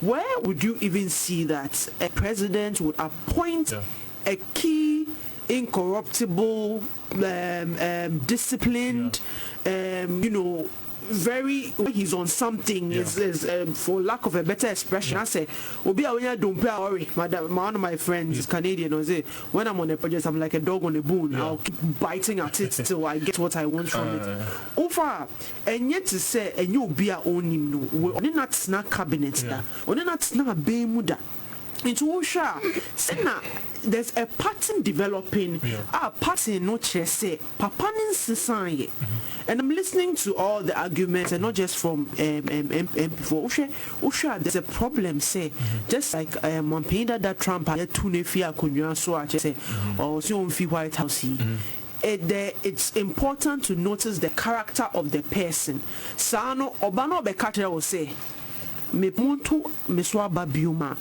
ubetuma say na na ye promise NHIS esan promise assemblymen say obetu oka then esokai why promise assemblymen say assemblymen promise na o 2008 manifesto or 2012 manifesto or 2016 manifesto it's like the longest lasting promise the favorite no say making assemblymen are divided half say any omokoto and half say omokoto ometwa na ba wo hwa amache say otifie na no assemblymen na so a former WhatsApp group minim and or admin former WhatsApp group say me minim I was on one of those they added me wrongly no for me WhatsApp group that could be Ghana Association of Assembly Members be after the original basis they are there until no it was no I into no invite you no money na be share na normally come be kokra ono from their talking points speaking points your mom bekeka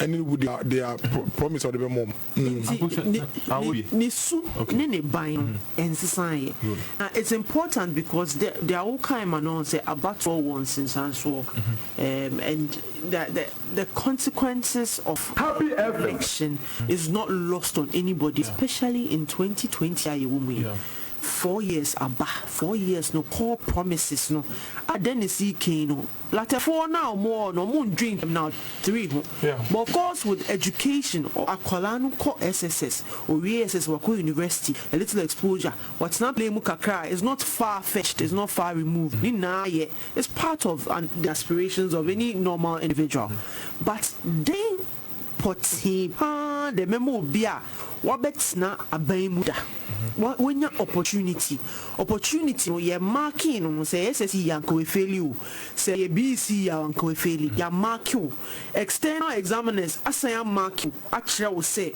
just say number anko a footballer anka team C and no wako da ho adwenwa say ye as a man retirement plan or any means what has changed when it comes to him because I'm still looking me person me who then pan sound because from where I sit she's like at the day I call next level I must say openly to the special prosecutor Sebi even in the public eye it is unfair it is disrespectful for adults of such stature and position especially a former president to use those words on the office of the special prosecutor.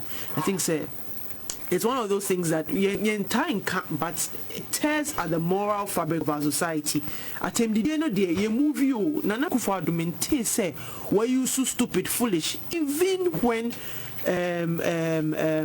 candidates Mahama Edisa Achima Diano Kotu the Facebook Numpono. Nana Disano Obisa say, Adena Christian Council for all these opinion leaders near dear. I said, Ba na Yantimunka. These are the things that can cause problems, that can start, that little bushfire somewhere can become like the California fires that rages on for weeks and weeks. These little things, and from no less a person than somebody who has sat in the seat for, who is now coming to us, not cap in hand, a pure arrogance. That is what I see from my points. Pacho, Manu, over to you. Simple. Cause we used to bro, we say moral tearing at the moral fabric. Moral fabric, Mama found. Mama doesn't care about the moral fabric. Desperation was into the about to let's just say okay, keke. Into the moral fabric, bro, Mama doesn't care about that. Now it's simple. Ubusa say what has changed? Because Mahama, who said President Mahama, only Martinami, only Yipa. In what has changed? Who say Trump in Akosua 2016, the Bia Mankana Mahama, oh yeah. 2016, dear President Trump, no one President Mahama, now, but to be any baby a court. Now, Panasson Tiasi. We can't feel a catcher and say, who's that in the good trashy? Papa no, oh, Papa no, I've heard the Papa for bear tree. It means that man. When it's not as a Chinese, your crown, I feel sorry, you're so clear, they'll be that too. Into me, what has changed? Meanwhile, Dennis Ekan be say, I was say a doom maybe, I was say a Kai Kagana for near AC and somewhere trim. I'm a nipa kona never bow, chewa bow, nice who said to a mamano. And I bet ya untimi emfa adada, bia and the Katawdi. Otie Nyamoye NBC for Nyamoye this election, and I say about no airbano. The same formula we used in 2016, 2012, till 2008. Cozy, my share elections, elections. Me who abatwa yakwa ye di a truck kesia 2008. 2008. And somewhere in this for kind. And go only Ghana, go visit Ghana, Shiano. Meaning that is what can be about gold, almost here tongue fake accounts be able to buy before ministers are yes. That same formula no more de COP 2020. No, so master and a president Magels, I say, President Yeri, I say. Oh, na a trubia. Omuka ka in the hopes of 20 pebiasum. It was say a cow must say who the president Magels at terminal. No one to watch there. Ma wo to me no, nya wo to wo ma eye no. Nyamuye bua Ghana for no, so that you can distinguish between your children and the president's children. Me, a kamen kwanka a title for Emma and can you form ma amanyo sebu. Nemo no says asa and I see for some mucha. And you only ready and say okay, President Ma girls I say. Me de me wo no me ma I say. Now ye but so we President Ma girls, President Yere name call for because they are not government officials. Now, so Nyamu yet their boy president, their piano, Koshwe Kumasi maternity clinic, yes, or a conference. And to make yes, firstly, what you say, Excellency, who was say, and ye be 2008 to 2016. Na yema penim more or no. Na sebi no woma and asa no yeri ana because I cannot my expertise and kamusu so ometimi aye sa ahofama and asa sa papa no ometimi aye bi na nia waye no na umum watwe na ho ebedi na tem na this for me catch of the be say Mahama is for me a cry babies because Mahama to me suma president Mahama to me suma sam yefimu ko tsena radio so the president yeri ne matem Uko ababa poko ka ba ko ozo mu tron letter some de court. Oh mama sad bofo oko kai and na man enough and we man enough. Happy we man enough say utimi sumo bi so go di obi atema. Wo dia ba na gina ho gina ye na je. Me pa ni. Na wo su be di atemo a e be ba wo so a me nkosu cry baby. Mahama suman no. Na otwa 2008 I make catch the wa wo dey tro ednam Ghana be bia fifi kwete honorable fifi or statistics a program you say truth series was a BBC yeah. A honor can say free SHS all lie be lie okay say no yeah. They went on a lying spree in 2008 because they then went on an apology spree. Apologizing for all their lies. Apologizing. I picked it from a portal and says portal Google so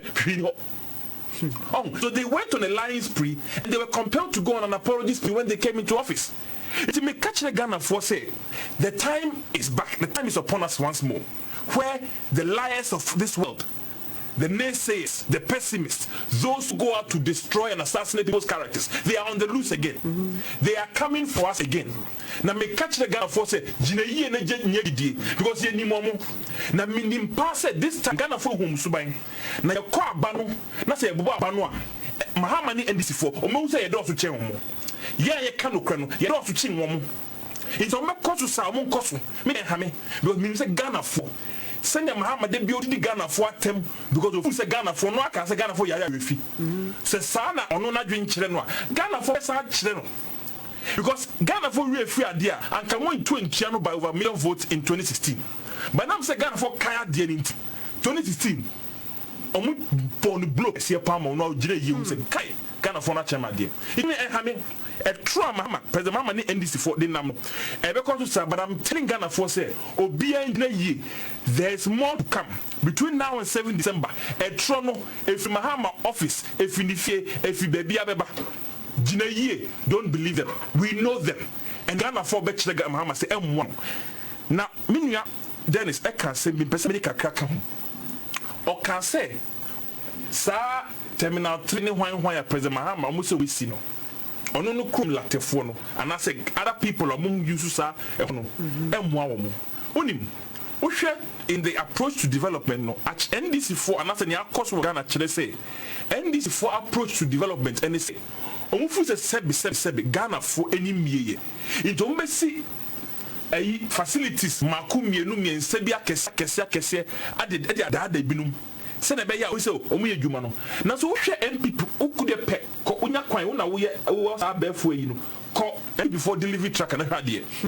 And this is for the name. Now, almost 3 MPP before say, Omuko school down or how much say infrastructure, Omuko say, Omu the infrastructure is a terminal 3, and I said, which hospital. I mean, you can say social intervention. A idea Emma Ghana, you see, can I see you get one?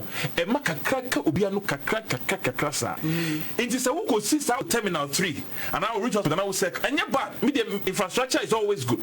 Mubusan will say, and it be a more pussiga, or more talency, or more ahafu, or more a brim, or more pinchra, any or more say she also. And you be our terminal to know, and who fast so, and who fast so a day at the moment. Now, social MPP's approach to infrastructure development, we are decentralizing or bringing development to the doorstep of the people, so that we identify. And now, 2016, the buy say 1 million per constitution, and this is for say, Musiasino. Through the development of authorities, the development of who to Kaskako, Ghana Fanena, Edema, Ghana na Eko enim. Now, President Mahama we see hospital. I'm going to say there's a clear disconnect between President Mahama's approach to governance and the reality on the ground. Yeah. Why do I say so? So we see regional hospital, we see so-called university hospital, any hospital I can say. Now say NHS a GUA. What is the use of those hospitals? Yeah. We see those hospitals. Now say Nipakra, Bibia Kano, ambulance niwa, and then the hospital. No. What is the use of that hospital? So we see hospital no. Now say we walk out be room. Now say we need drone and Eddie Moja and I said saying blood transfusion. What is the use of the hospital? Hospital a better hosa ama. No my woman apro. Usha schools are Usi West. Usi hospitals. Now say free teachers. Sorry, Usi schools. Now say free teachers any ho. Emma nipa said on young for 80 million in school no. What schools are wasted and for one saying. Many actual challenge be my Mahama. Me stand the Kwaka, me two challenge second one amano. Obusa almost say one social intervention program. I'm going to buy in their 8 years in office.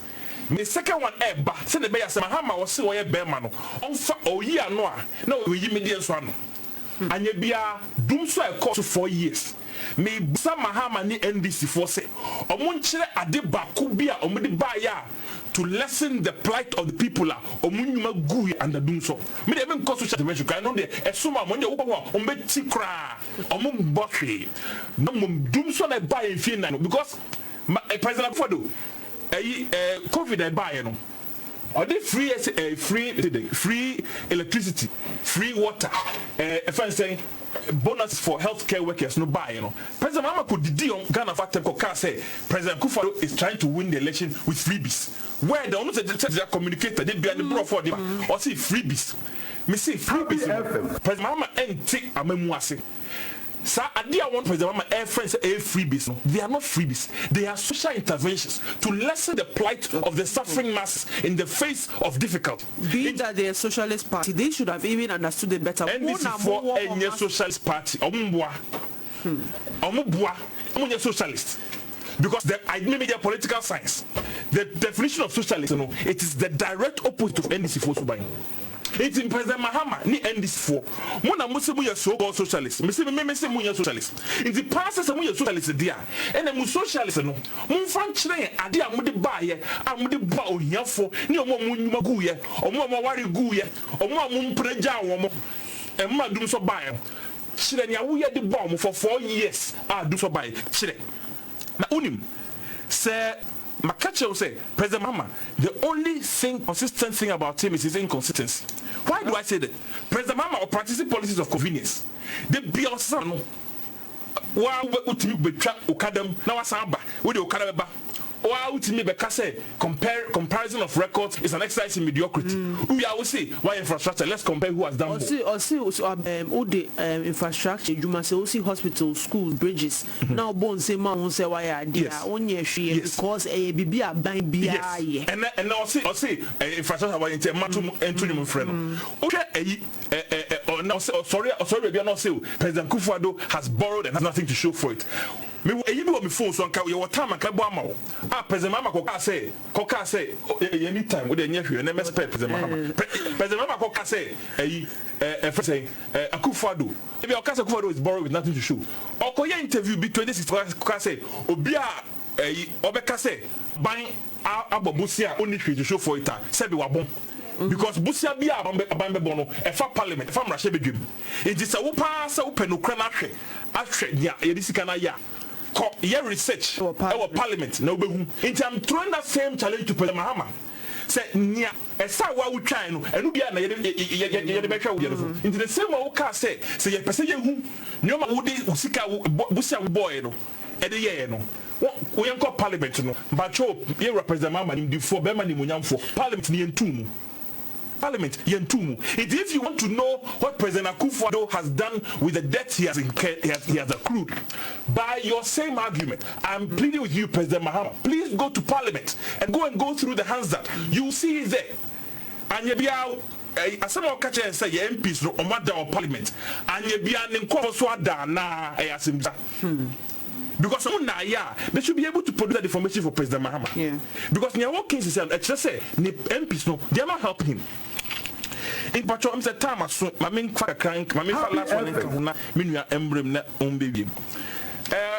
President Mahama, Yera Matsabi some of the buy. Was a Hanopa Makacho say MPP for. They be a book for Mrania, say the bold leader, the brave man, the incorruptible leader. Pacho, President Mahama, a free 2008. What he has been on the presidential ticket 4 times. 2008 he was a running mate. 2012 he was a running mate and then became a flag bearer himself. 2016 he was on the flag bearer himself. 2020 he's a flag bearer. And Akosua Mibusao, what did that say NDC for? After President Mahama, the incorruptible leader now. Omutimika, and now you're fine man, and now you're gentleman, and now you're peace man, and now you say, what said one kasa, 18 kasa, you're incorruptible now.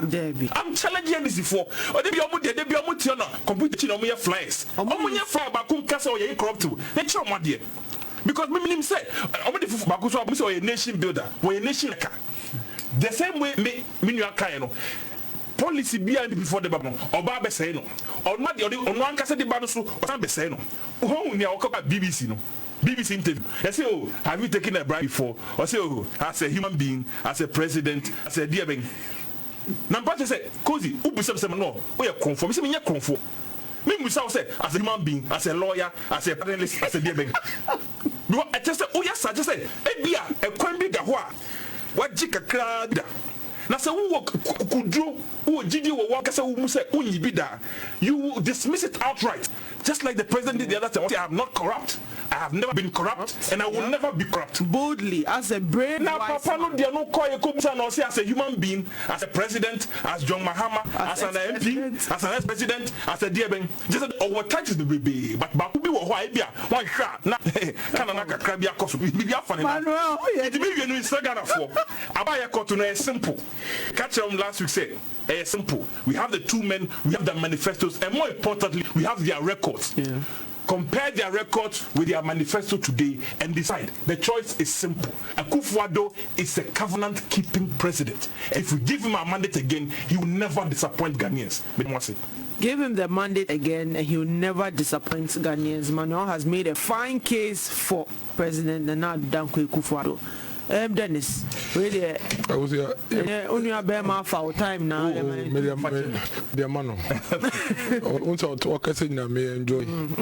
Now, I told the be an army and Casacra, me who dear Minka because I got 27 days old. Yeah, the Kotowa.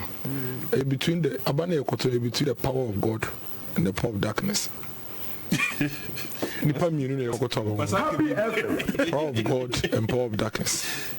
Power of God near or mampini or compassionate or what badaye now or doing the pahon in the times of crisis no or who say crisis now banner so pekwe be no many pontono e be any de mia kosi yanke be chechemu a crisis any nyae under COVID and our coin be obefa so obe reduce your stress kakra see atete kanea so atete so now, on what to me say about Kano creature, yes, me ban mission about 388. Me this 303. Akakakra, unsan top of number 2 so. Power of God, no. Power of darkness, no. Edo mama ni ndisi. Omo no en kontopo ntro. To the extent of more to me catch say do mama net to me catch say. As the time yakwa about 7 December no. Na you dum so. Sasa mse wakasa yakwa about 7 December na do mama si ye ni dum so.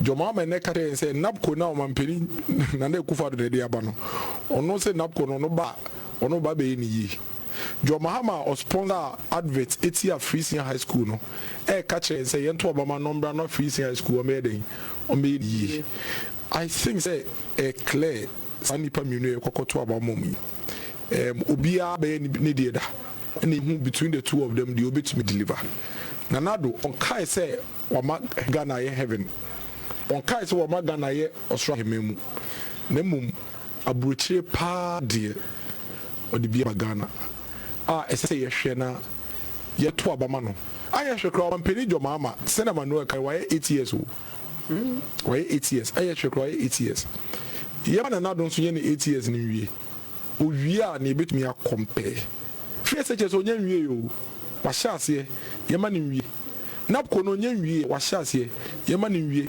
one district one factory no wa hye 232 ase 76 ay operational ye ma ni wie se ye ma na wie na ye de ade we nyina kwasho mampeni Joma ama nsemu a wenya ka se sanoma we enye noma owo gidie wo obi a ono ba ye obegu allowance ebe de na o sign the man allowance no on say ngu no sanoma we ni noma se Ghana for yefe na ye de to aba on the 7th of December ye san so akyere ekina MPP ni bia bebia wo bia anye hwe de penipa be 5 week na oni omo nkasa ye keka ni nyina abom a ye bi na ye dodo ekina boot on the ground no pe polling station bi na ko pe constituency bi na ko pe traffic lights bi na gina se na kana na don sempa no e nyina ye responsibility se ye bebo progress na ye make no ho ba enti Akosua ene de thank you so much and the minute course if I come Mr. Mom kind messages real quick. This one is coming from Happy FM. This one is coming from Sir Obama of Pokwase. Also, John Mahama is like that proverbial old lady who gets goosebumps upon the mention of dry bones. His unpresidential posture lately is as a result of his likely culpability in the stinking Airbus scandal, plus the frustration he's been subjected to by his alleged motley of slave queens. I say many. The rate at which he's desecrating the office of former president amazes even the devil. Never again. NDC. Hashtag former for Nana. Yeah, that's it for your text message. Nanado is a godsend to Ghana. The way he's managing the COVID-19 is exceptional. We are blessed to have him as our president. Therefore, number one is a must to ensure continuity. And that was from Francis Enin. Francis Enin. Akosua, let's continue to preach the good works of Nana Addo. Kofi Senyo say, as a girl boy or as a papa, no, Kofi Senyo tells you. What do you mean better say more? Tina Natel says the government has been fantastically successful in its first term and deserves a continuation of mandate to keep doing more for Ghanaians, for more for Nana. We have bunch of messages, but yet time are so. Thank you so much for tuning in. Please, Wednesday, set your alarm, set your timers. When we go live on Facebook, share. I'm getting so many messages. Thank you for the you guys are promising team. You are making my day as well. Thank you so much. This has been hard facts, and the facts have come to you hard, undisputable hard facts in the last hour as well. We want to thank Mrs. Kosi Yankee Aye for joining us earlier to talk about MBSI. Now this name is going to change, the Ghana Enterprise Agency. So Manuel Sawyer and Dennis. So the last hour kama, and he's made a fine case indeed for Ghana to do even better. We need to give Nadu Dankwa Akufo-Addo foremost 26 days to the election. Dennis Kayen or trying boots on the ground, and before say wherever you find yourself, wear your party shirt and canvas for votes. Is Ghana on the line? Project Ghana yen sumu niembo na ya chese yeba yema Ghana kwenim midamasi. Thank you so much for sticking and staying with me. I appreciate it so much. Next week, same time, Wednesday, 7 p.m. Have a good week.